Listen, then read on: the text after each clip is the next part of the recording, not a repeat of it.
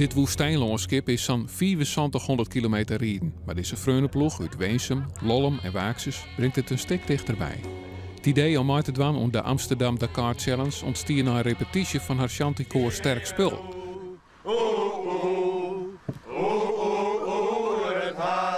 Voor het grootste pad van de ploeg begon de dag boeten uit in deze plaats.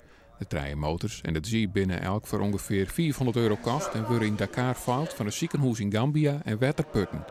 Maar vooral onderwijs in Mauritanië is de reis net zonder risico. We blijven bij de kust en we mogen het binnenland net in, want vanuit Mauritanië daar zijn de rebellen actief en daar hebben wij niks te zieken. Wat voor rebel meent dat? Dat het maar elkaar te krijgen. En de Mali ben zeker net alleen nog op mooie asfaltdieken onderwijs.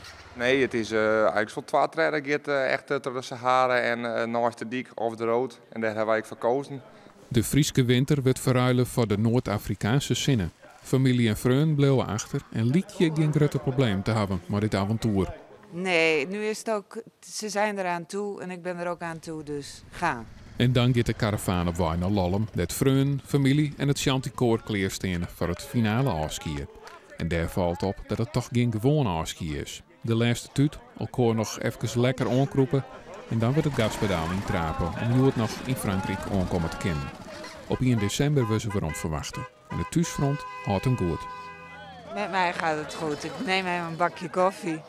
En ik hoop dat we een fantastische reis hebben.